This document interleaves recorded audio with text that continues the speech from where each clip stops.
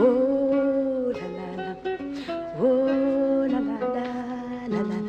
Baqabela qam, baqabela ngenqoqo, beqaqwe ingubaqaqam. Oh baqabela qam, baqabela ngenqoqo, beqaqwe ingubaqaqam. Ayikele iqela latunge kwenkeni.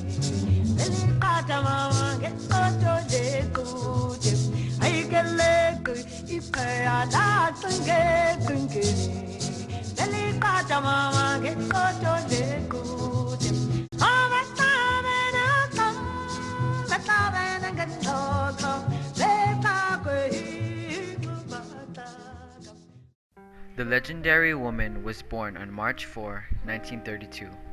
When she was just 16, she witnessed the enactment of one of the most brutal segregation systems the world has ever known. This system, called apartheid, made black people prisoners in their own homeland. The white government exploited the labor of many Africans of color and forced millions to leave their homes for impoverished townships. They controlled their lives, restricting where they could go and dictating how they should live and work. Prohibited to go to school after the age of 16, Miriam Makeba worked as a nanny and maid. And, you take that baby, put it on your back, and it feels the warmth of your back, and you hold it. And the child really becomes like yours. And this is the child that will grow up and call you names. With a voice so profoundly beautiful, Makeba rose to fame in South Africa, joining the popular Manhattan Brothers while forming a quartet of women called the Skylarks. However, the unrelenting oppression of apartheid put a stranglehold on her. There was just no scope for me as a black entertainer. In 1958, the government passed a new law that no Africans could perform in the cities, in any of the city halls, and so forth. As a result, she briefly left the Manhattan Brothers to join African jazz and variety, where film producer Lionel Rogerson discovered her. He asked her to perform 2 songs for his anti-apartheid documentary. At the time, she was unaware of the consequences that would arise from starring in the film. Makeba then traveled to Italy for the premiere at the Venice Film Festival. From there, she traveled to London, where she was introduced to Harry Belafonte. I suggested to her that there might be some things that I could offer and some platforms I could extend to her, and she accepted that offer. After negotiations to get her to the US, Makeba was on her way to America. She became an instant success. After performing on The Steve Allen Show and opening at the Village Vanguard, she received rave reviews from almost all the major newspapers and magazines. She amazed people with the way she fused jazz with traditional African songs and with her pure and impeccable voice. Not only did it have power and beauty as an instrument, what makes great voices indelible is what people sing about. Miriam Makeba sang about her country's struggle, opening the world up to the suffering of her people. She soon became an international star, becoming the first African woman of color to win a Grammy.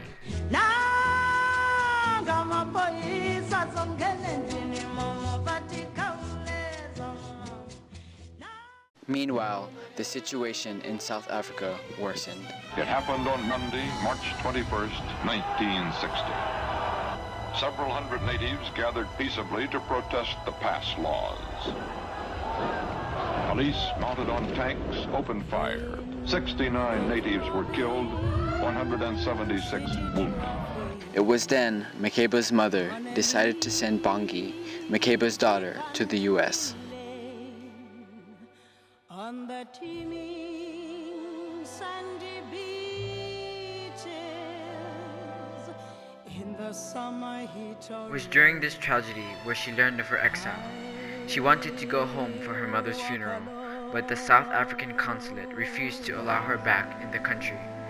They were punishing her for appearing in Come Back Africa. Matters became worse when Nelson Mandela, the leader of black resistance, was arrested and sentenced to life in prison. Bahleli bonke etilongweni bahleli bonke kwanombongo nanku nanku nanku Mandela nanku nanku etilongweni yini wema Afrika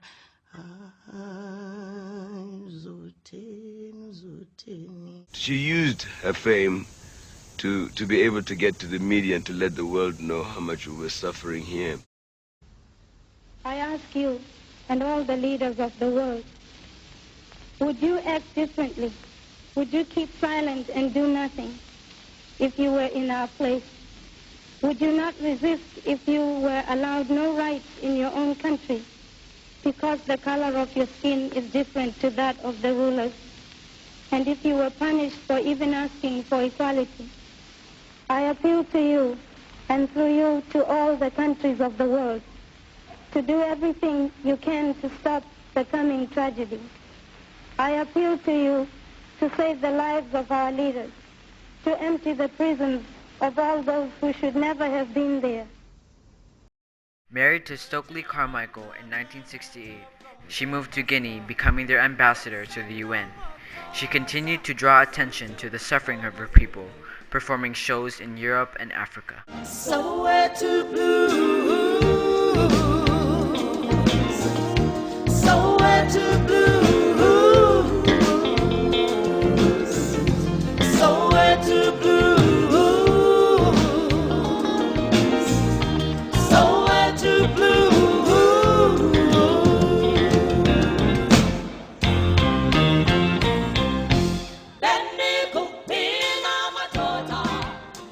Then, in 1990, the South African government caved in under the pressure of the international community and began dismantling the apartheid system.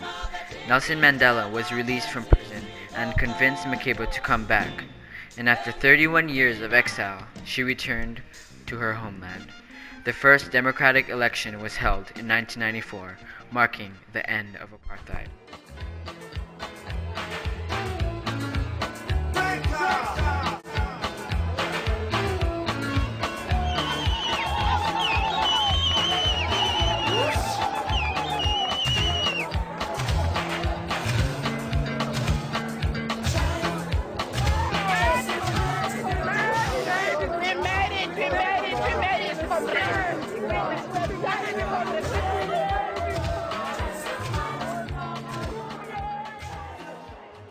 In 2005, Miriam Makeba announced her retirement, but despite a series of farewell concerts, she never stopped singing.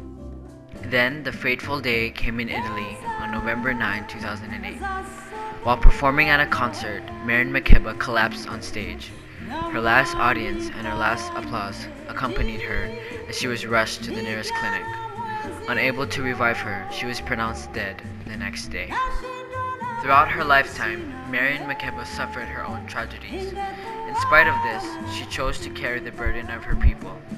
Although faced with adversity, she never gave up. She will be remembered as someone who fought for what she knew was right. She used her most valuable weapon, her voice, and fought back with song. Hakuwaza kidege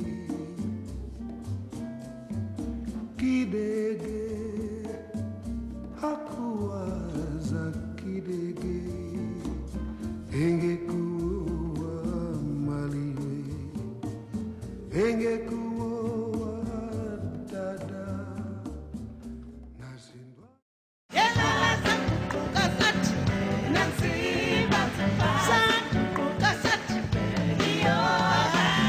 Every Fridays and Saturday nights, it's bata bata.